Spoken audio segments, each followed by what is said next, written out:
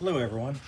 So I haven't really found a YouTube video on swapping out the Opus ignition system, electronic ignition system, with a newer ignition system like the Pertronix one. These have been recalled. I think they were only post 75 up to 79 chrome bumpers, and they were replaced by a block, an AB4 Keen electronic condition amplifier that set on the right forward of the firewall next to the clutch master cylinder. These things, I guess, were notorious for breaking down. This car has been sitting for 30 years, and I've had spark on it occasionally and then not. I'm not sure if it's the Opus ignition system or what, or if it's this drive resistor that's part of the ignition system, but they put it on the bracket of this air pump, another emissions. This must be a California car, so that they could dissipate the heat. I guess this heat was too much for sitting inside of this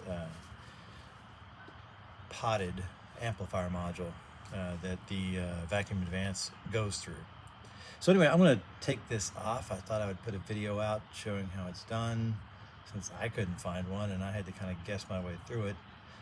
I kind of loosely put everything back together again so I could run through the process again. So here we go. First step is to remove the cap, which I've done, and sort of tied it off over the top of the valve cover head. You're going to want to take off the rotor cap, the shield, and then the steps that are prescribed are to use a snap ring puller, and there's a snap ring that's around the shaft, and you want to pull that out, being careful not to drop anything. Okay, the next piece will be an O-ring. I'm sorry, it'll be a washer, flat washer. I use a little magnet to get that out right there. It's around the shaft, followed by an O-ring, which I had to, best way I found to get that out is to move it out, get underneath it, and pull it out. I'm not sure, when you look at the Pertronix instructions for installing their electronic ignition system, it doesn't talk about the O-ring. It just says to install the flat washer and the snap ring. So I'm not sure I need that again, but we'll see. Finally, you can now pull up the rotator mechanism, and you're all set, except for the fact that the wires from the old ignition system, the Opus, goes through this distributor module and then out the bottom. Let me get it out through the bottom. More light down below here, you'll see with a red, black, a blue white, and a white black wire. There's 3 wires. The history of this, anyway, I found out was that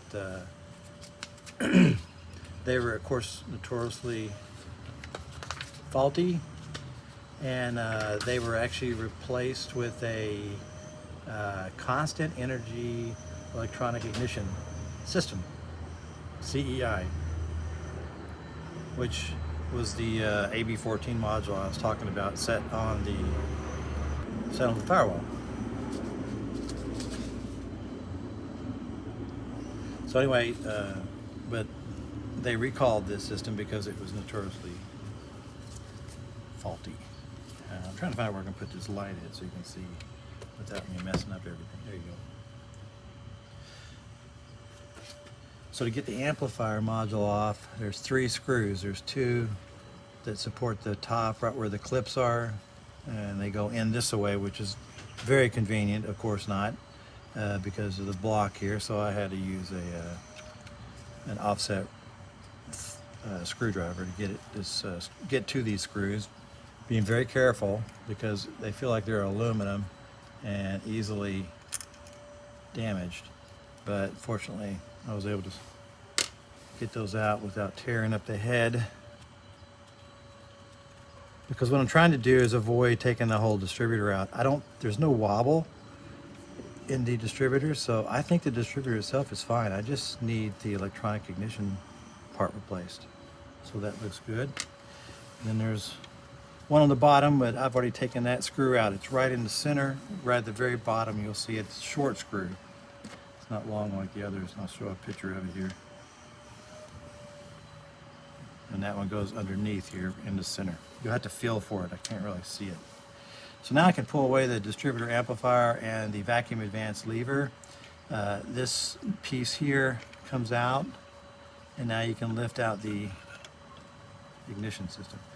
Now, what the instructions that come with the LU-147A don't talk about what to do with these wires in here, because when you put in the new ignition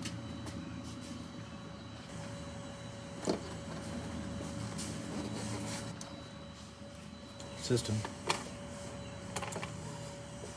you've got to somehow run them through. This is the replacement center rotator cuff, and that's the ground wire it's going to be attached. Oh no! Oh good. Whew, I thought it wasn't going to fit. I need to check to make sure what side I need to put that on. This needs to run through, without being interference, through this, and I still need the vacuum advance, so I'm going to have to keep this piece off. And so I found another set of instructions from Pertronix. It says to cut at the pot, the wires coming out of the points here. So, but I don't know what to do about this side here, because you got to run into here and then out the bottom. That's the only other hole coming out here, unless you drilled through the thing, which I don't really want to mess this up. And I'm also trying to sort of preserve this in some way in case I wanted to reuse it or troubleshoot it at some later point, or somebody wants to be original and buy this. So I'm not going to cut right at the pot. I'm going to cut a little bit higher than that, leave a little bit of this in here so I can splice it together, and on this side do the same.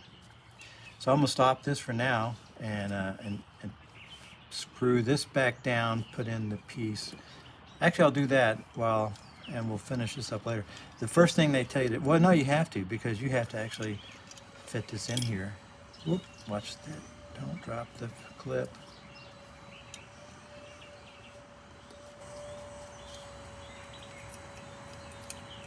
That'll be secured with the screw. So you have to put this in here